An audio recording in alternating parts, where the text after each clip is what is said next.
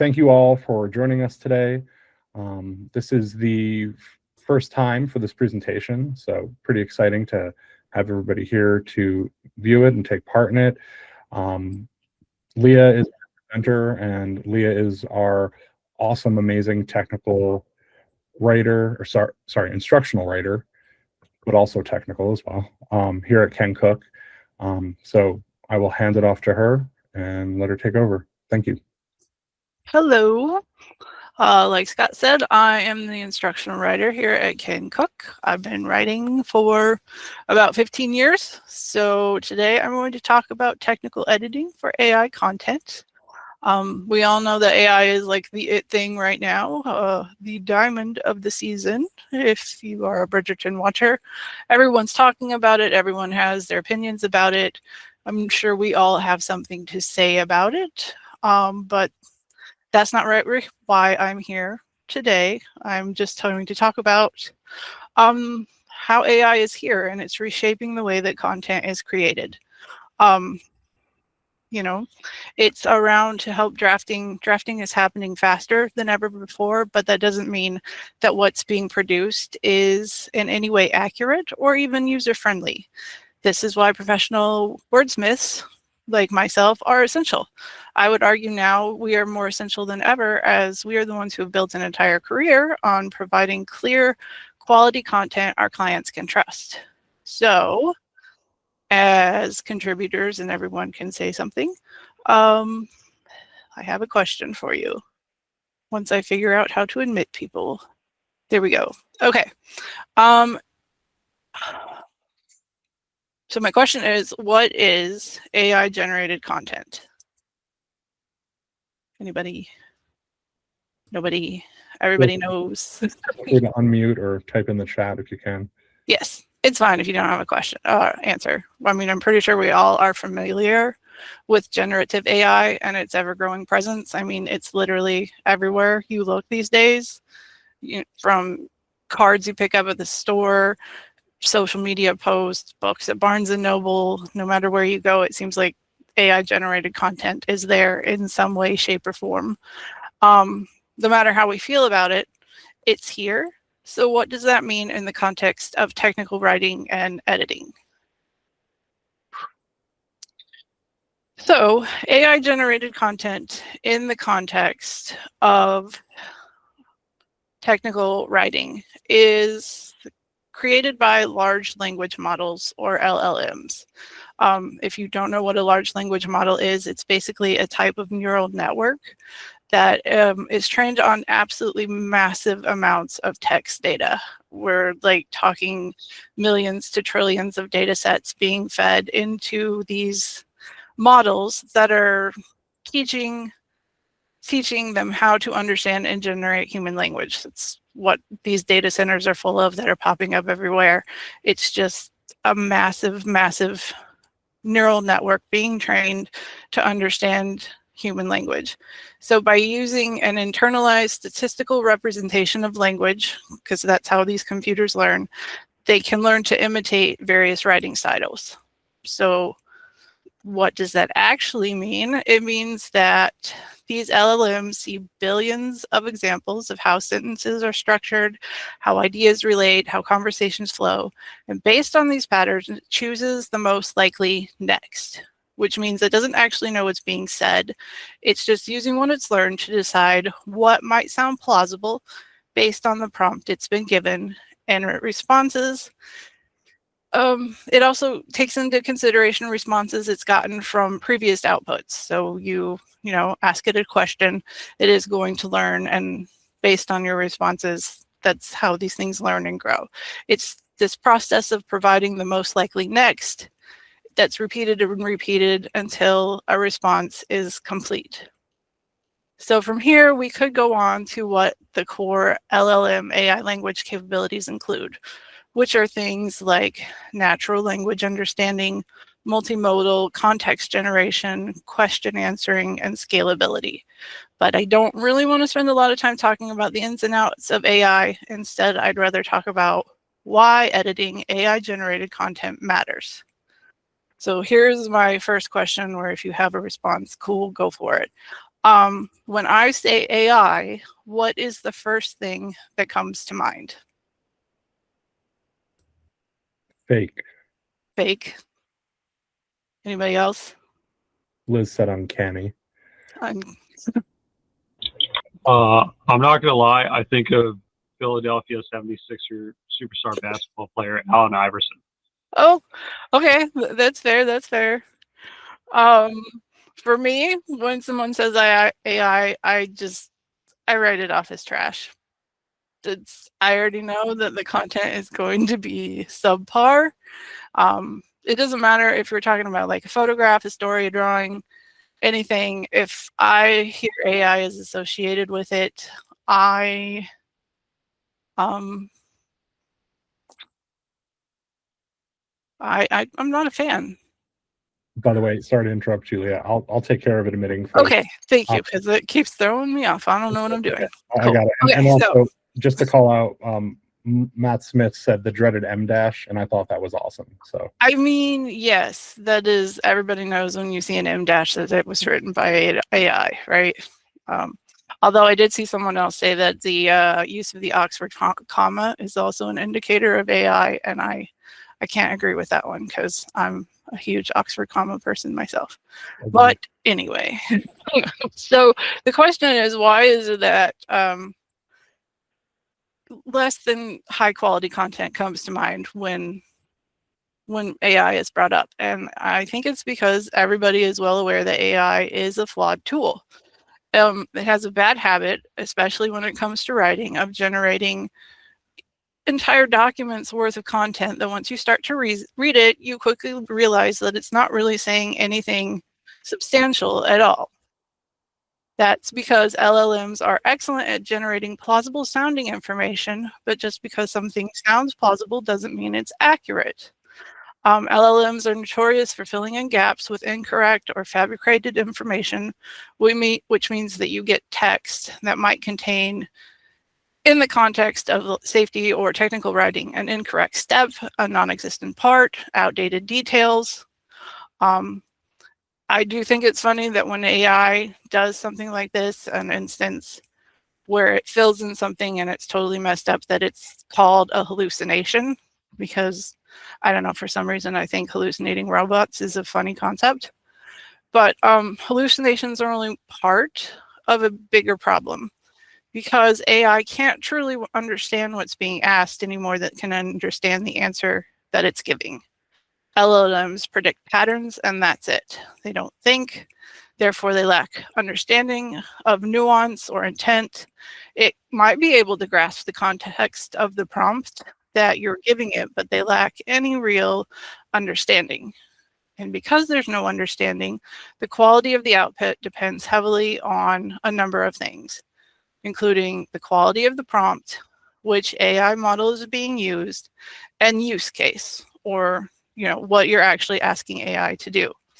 Are you asking it to write a Shakespearean sonnet or draft up a technical manual for a Volvo Penta marine engine?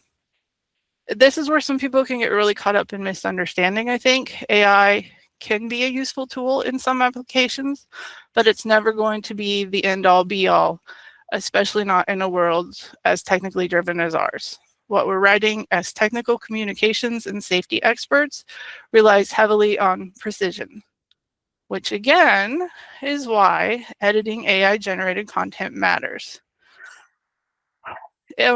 Because AI doesn't understand logical sequencing, even if by some miracle it did manage to list every step in a procedure, there's no guarantee that it would be listed in the correct order. Steps can be skipped, actions can be misordered, it can combine unrelated actions, fail to show cause and effect. I mean, the list of possible ways that AI can mess up can go on. And in a field where lives could be in danger should a step get missed, human editors are indispensable.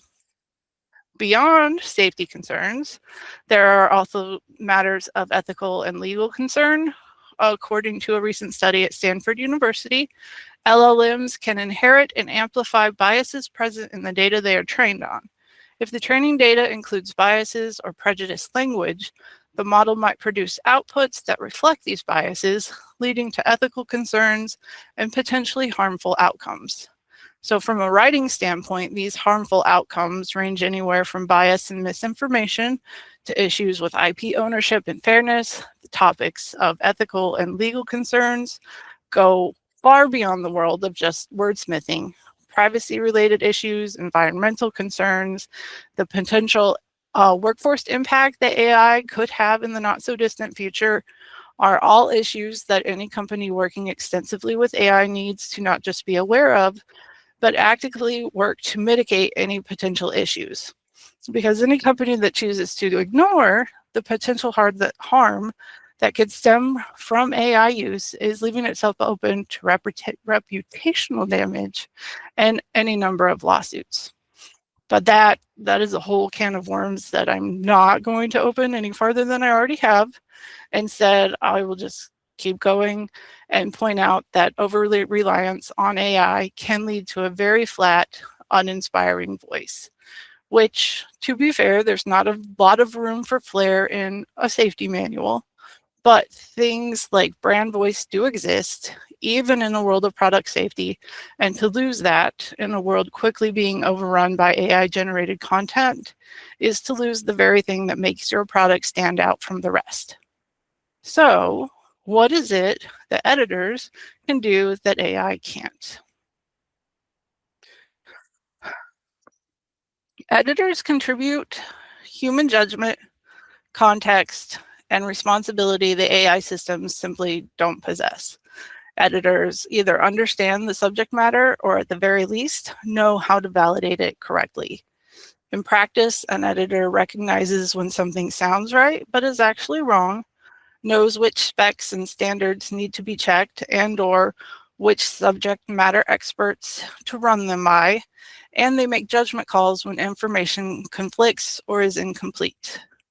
Editors also know how to think from a user's perspective, which means that when an AI writes up a very technical explanation, an editor can turn around and rewrite it in such a way that the users can actually understand and complete the task. Editors are also the enforcer of company standards. They're the ones who ensure a company's writing style is consistently applied. They ensure terminology is standardized and that tone matches the company brand and speaks to the intended audience. All of this combines to ensure that the content produced feels like it came from a single cohesive voice. Editors are also responsible for catching unsafe or misleading instructions. We're the ones that make sure we're compliant with all copyright laws. We aren't infringing on anyone else's proprietary content. We make sure that what we're looking at is compliant with all regulations and policies. And we were making sure that there's no obvious bias or inappropriate language, all of which ensures our company or organization and our users are as protected as they can be when it comes to ethical and or legal matters. Obviously, we're not lawyers, so there's only so much we can do, but by being aware, we can do something that AI can't. Along those lines, it's also our ability to employ visual and narrative thinking in how we shape information into something people can both understand and follow.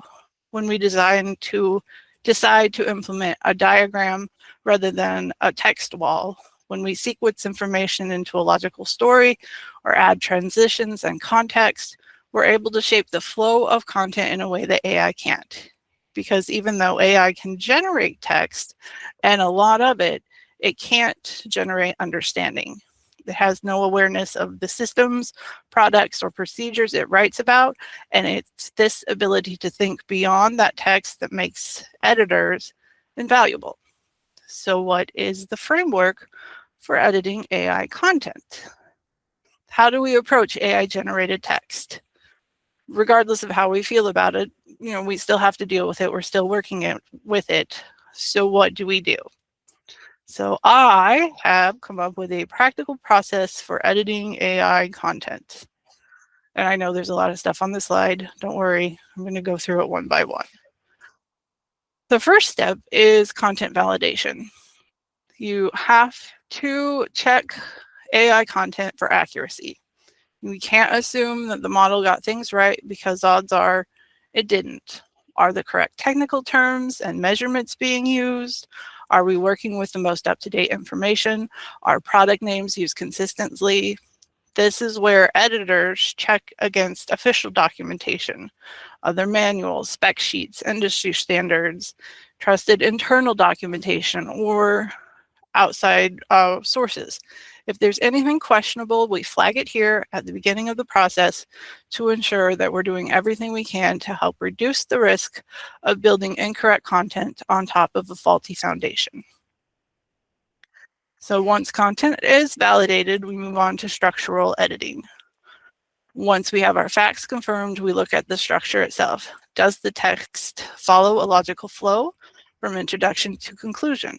If there are steps written, are they in the right order? Do they follow a clear logical progression, or is it full of information overlaps and redundancies? As editors, it's our job to remove any unnecessary repetition and reorganize content for clarity, ensuring any sequences in text match real-world workflows and user expectations. We're also here to step in when AI drops the ball, especially when it comes to connecting ideas smoothly. Transitions aren't exactly an AI strong suit. So we need, as editors, to step in and explain how sections or steps connect and why they matter, and add them where needed, because structure is the difference between content that exists and content that actually works. Once we've got our structure, then we are here to talk about clarity and reliability. AI is, like I've said before, it's very good at creating a bunch of words, but that doesn't mean that they're the best words. Overly verbose language can create huge problems when it comes to clarity and readability. An overabundance of words is not going to drive the point of the text home. If anything, it's going to make it more difficult to understand. So what do? This is where we simplify where appropriate.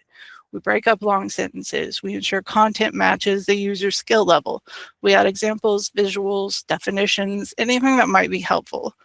This is where we make things accessible to make sure that content is easy to follow and to understand.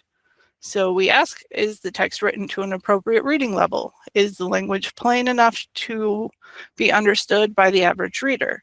Obviously, a very technical manual is going to be written to a very different audience than a basic general owner's manual, and it's the editor's job to know which audience is being written to in order to assure that the text is accessible to that audience. Beyond being technically accurate, it's important that the text we're editing adheres to the company's style guidelines. Are we following the formatting rules? Do we have a unified voice? Are we using the correct terminology, units of measure? Are documentation standards consistent throughout? AI doesn't really have these rules set in place. It doesn't know what to follow or how to follow them. So it's our job of the editor to ensure that consistency is carried out throughout the entire document, the document. So we're paying particular attention to alignment of headings, lists, tables, spacing.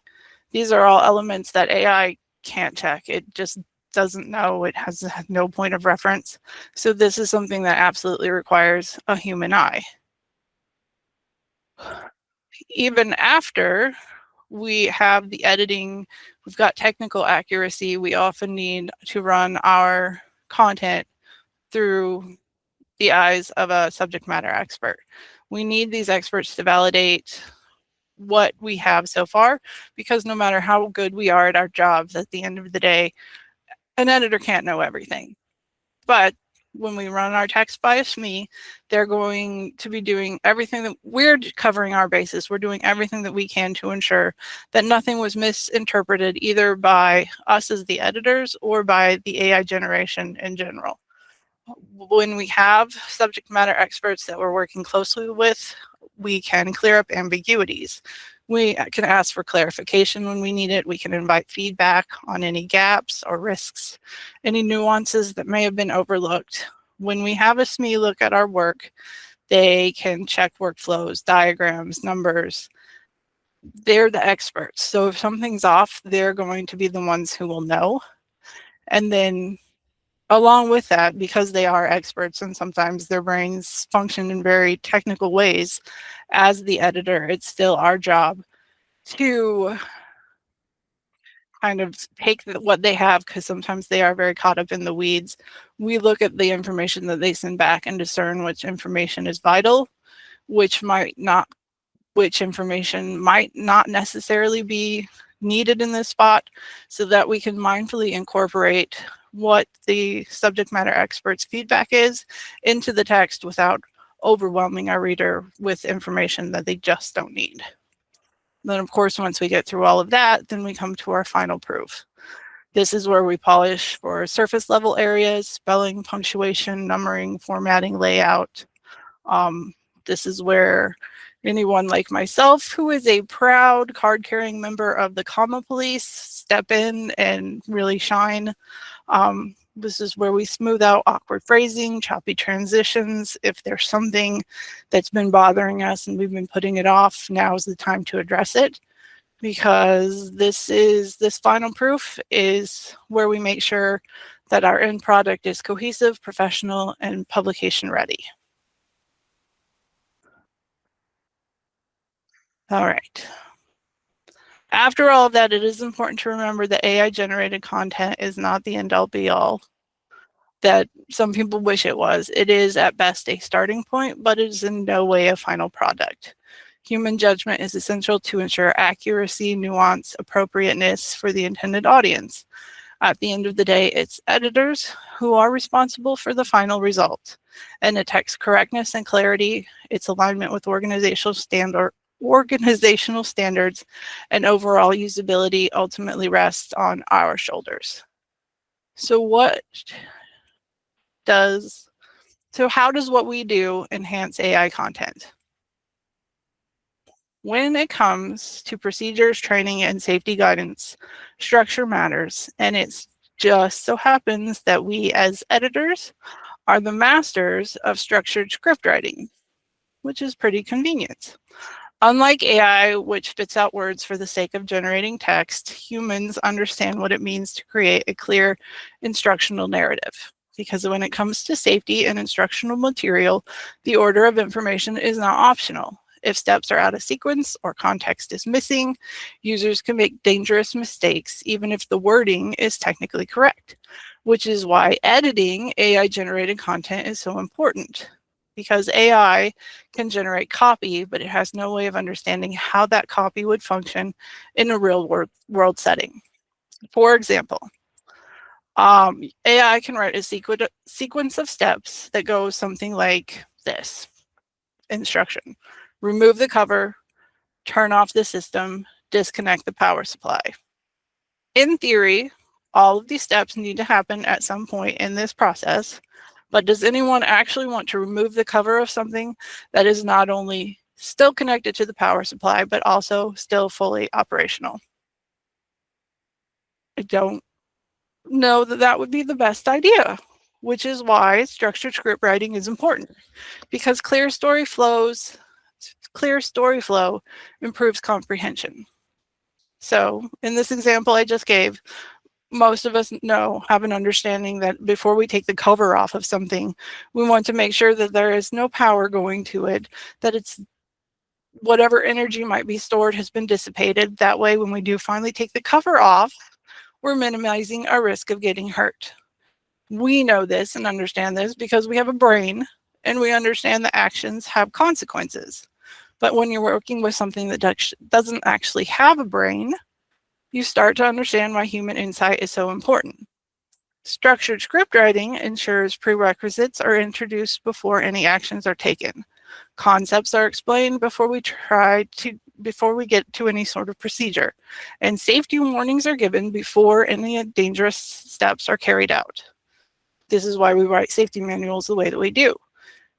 Now, when I use terms like script writing and story flow, I know that doesn't seem to fit with instructional manuals because that's used for creative copy. I mean, in general.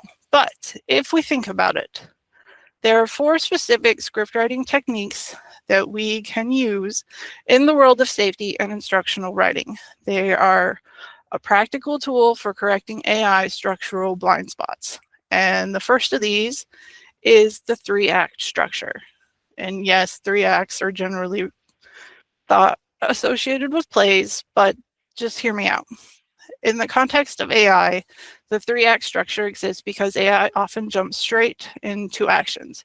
It has no understanding of logical progression and is very good at mixing up setup, execution, and verification together into some hazard just waiting to happen. As editors, we take this jumbled up mess and organize it into a logical sequence of preparation, performance, and verification. Hence, 3 acts.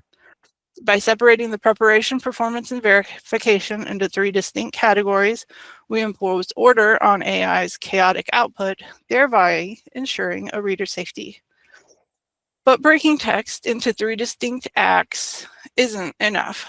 Within each of these sections, proper sequencing must be followed, because AI might be able to explain what to do, but it doesn't always explain why or give a context as to what success looks like.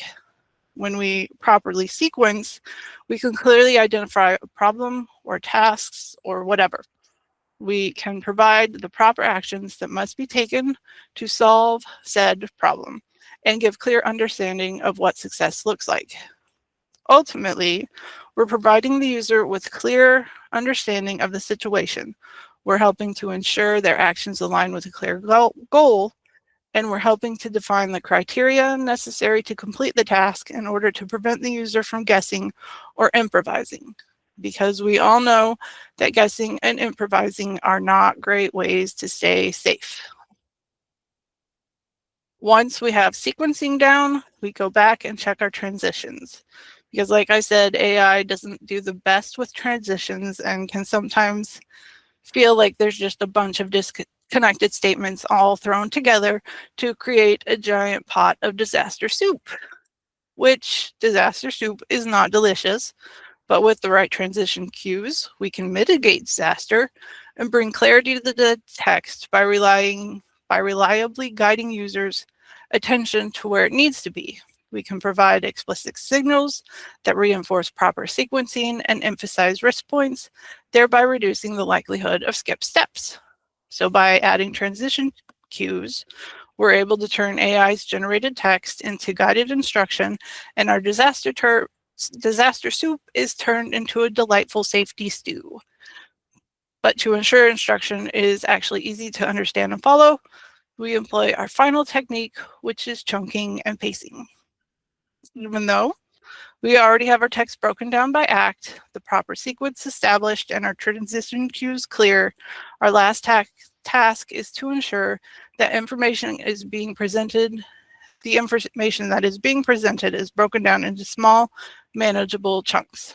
By limiting the amount of information a user must retain at any given time, we reduce cognitive load.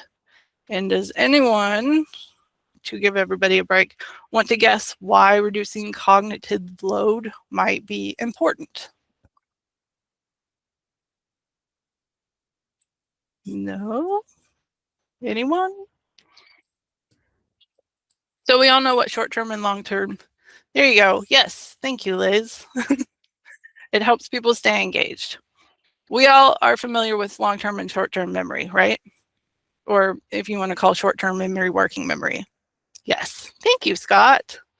Both are important for learning, but they operate in entirely different ways. Working memory is fast, it's flexible, it's great for taking in information, but at the same time, it's also, yes, too much information can overload the learner and ruin retention. Absolutely.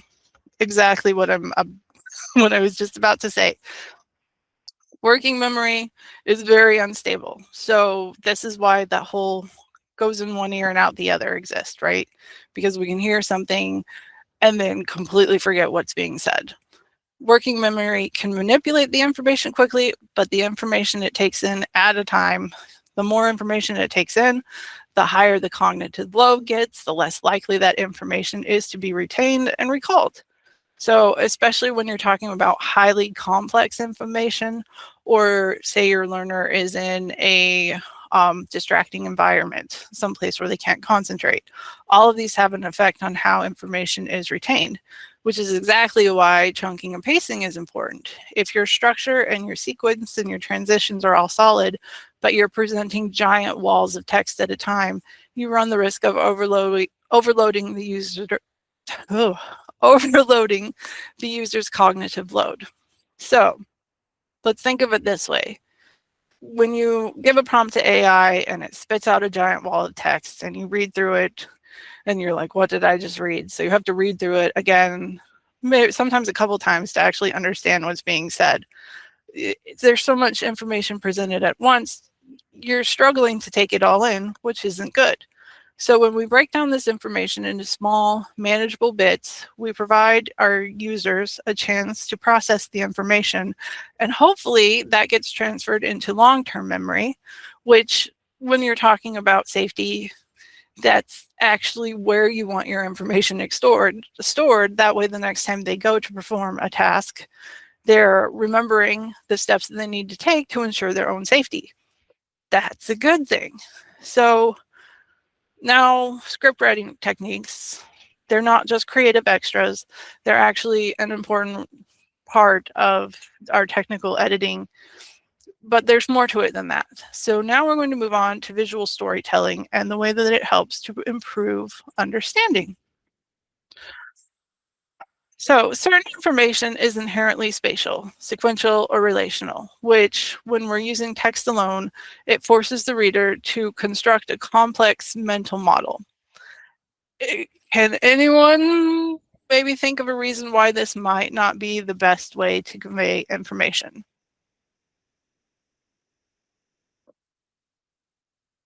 Really, the biggest reason is simply because we all interpret information differently. So I have an example, case in point. When I say Superman, I can pretty much guarantee that everyone here has a different image that is immediately popped into their head, right? Like, I can think of one vision of Superman. Scott's got his own Superman right there. I'm sure someone else is thinking Henry Cavill, or just ice cream. Thank you, Shu. Or Christopher Reeves, or 90s Justice League animated Superman. Like, there are a million different iterations of Superman. And that's not a bad thing. That's literally, it's fine in the context of Superman, because there's no right or wrong way to build a fictional character in your mind. But because we all interpret information differently, this is not so fine when you're talking about safety or a product manual. When we add visuals to a lengthy text wall, we not only show the information we're conveying instantly, we're also significantly reducing the chance for error. As editors working with AI-generated content, this is where we step in and say, don't just say it, show it. With the addition of something like a diagram, we can prioritize relationships and emphasize dependencies, show direction, sequence, dependency, and make invisible relationships visible, which are all things that AI struggles with. Because AI doesn't know which relationships are critical, we as editors step in to dictate which can be best conveyed visually, which not only shows relationships between complex elements, but also helps reduce a user's cognitive load. And we already know, like I said, keeping cognitive load to a minimum is important. It's just, by adding a visual component to text-heavy content, we help decrease the demand on working memory, and that allows users to see everything at once. Which, when your user is distracted, say in an unfamiliar environment or working under any sort of stress, by reducing that cognitive load, that becomes less of a stylistic choice or an artistic embellishment, and actually becomes a much more sound practice in safety. Because when a user can look at a solid visual, they can understand where they are in a process, understand what comes next, and have a solid idea of what success looks like. Tying all of this back to why any of this matters to AI generated content, it's because AI doesn't experience or understand things like physical action, task execution, or real world constraints. Even if it could adequately describe workflow, it can't guide a user through it because it has no understanding of a workflow in the first place. So when we as editors step in and add visual guidance, we're able to compensate for AI's lack of spatial and procedural understanding. So here in this next slide, I've just put together a collection of various visuals. We've got flow charts. Oh, thank you, Erin. Step-by-step diagrams, component callouts for lasagna, yes. Situational comparisons, UI and hardware highlights. They're just different ways that we can help improve understanding. I mean, I could go into what all of these are, but I think most of them are pretty self-explanatory. So unless anyone wants to talk about these, I'm going to move on and provide you with a real world example of what everything I've been talking about for the last 37 minutes actually means. Is anybody ready for what I am dubbing my rather fishy example? Thank you, Scott. I appreciate this. At least you're not throwing tomatoes. Okay. This is my very fishy example. Oh, no, this is a tomato. That's right. I'm talking about everyone's favorite fish, the shark. Or maybe that's just my favorite fish. I don't know. More specifically, what to do should you encounter a shark in the wild, because this is very relevant when you're sitting in an office cubicle. I know, but I love sharks, and I figured at this point we could all use a little mental break. So here we are. Now, it's very obvious, I think, that I did something very silly, and I asked AI to create a list of instructions on how to survive a shark encounter, and this is what it gave me. Anyone have thoughts on it? At first glance, maybe it seems like a pretty solid basic list. I mean, if a shark attacks, you do probably want to try to fight it off. Yeah, it is not detailed enough. That's right. Staying calm is essential in any sort of shark encounter. It does look like what you'd expect. Yeah, that is so true. Best way to avoid a shark encounter is to stay out of the water. You are correct. But clearly some of these are a bit flawed. So now I'm going to show you what I hope is a well-edited shark survival guide. Here it is. So as you can see, it's a little bit more in depth than the AI generated guide. Not only because that guide was lacking in steps and accurate information, but it also failed to understand the nuance of the prompt. I asked it to give me a shark encounter survival guide, and it automatically assumed that when I said encounter, I meant a shark attack, which I'm sure everyone knows an encounter and an attack are two entirely different things, because it is possible to encounter a shark in the wild without them attacking you. I am restraining my shark nerd self right now because I could deep dive into shark behavior and all of that, but I'm not going to. I shall refrain and just let you enjoy our resident artist and his beautiful shark comic that he drew me. That's actually a walkthrough on how to survive if shark does actually swim up to you. And yes, this is actually information that I researched and looked up myself. I have broken it down into easily digestible segments, supplemented with our excellent visual element here, so that it's easy to understand. Even better, I did vet this information through a number of sources: the Florida Natural History Museum, a nonprofit shark saving foundation, Australia's #1 first aid, accident, and emergency training organization, and an expert diver. So you can trust that the information is accurate. Of course, I did throw a little cheek into the tips to avoid a shark encounter. Like you said, the best way to avoid a shark is to just stay out of the water. So if you're not swimming in the ocean, you won't get any sort of encounter. But for the rest of us, or maybe just me who can't seem to help themselves, a list of how to avoid an encounter is a good way to make sure we never have to use the rest of the information on the slide. You know, unless of course you're like me and you just have diving with sharks on your bucket list, but land sharks, I don't have a procedure on how to deal with land sharks, Aaron, I'm sorry. But moving on from the sharks, best practices for human AI collaboration. When we employ the following practices, AI becomes more a drafting partner and less of a liability. So as long as we remember to use strong prompts. Clear instruction produces better drafts, so be explicit about our audience, our purpose, constraints, format. All of this helps to guide reliable output. We always verify facts because AI's confidence is not the same as actual correctness. AI can generate plausible text, but not verified information. This is why validation is non-negotiable. Also, we leverage AI for micro edits, not decisions. We use AI to refine wording or format. That's fine, but don't use it to make judgment calls or safety choices.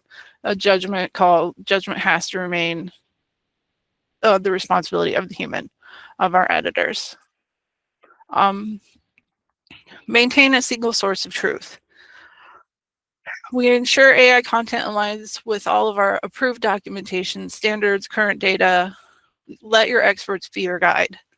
As far as considering ethical and legal risks, review for bias, unsafe guidance, proprietary content. Well, thank you, Liz. Compliance issues. It's our job to make sure that what AI is putting out and what we're using is absolutely correct, because AI does make mistakes. Beyond the text, use our visuals help reduce confusion. They help, they're vital when relationships, steps, systems are easier to show than to explain, because when something is super complicated and you're trying to write it out, it does get very confusing. If we have a diagram that explains it easily, we've got that multiple methods and ways to retain the information. It's going to make all of this stick in your long-term memory, which is ultimately what we want. So to sum everything up, the reality is AI may be changing the mechanics of writing, but in doing so, it's also raising the importance of editing, making wordsmiths an essential and invaluable part of the content creation process. And that is all that I have. So are there any questions? Anything? Anyone? Comments, gripes, criticisms, complaints? I do have resources if anyone would like to look up any of my resources on all of this. I like especially the one on cognitive load. But if that's all, then thank you very much. Thank you.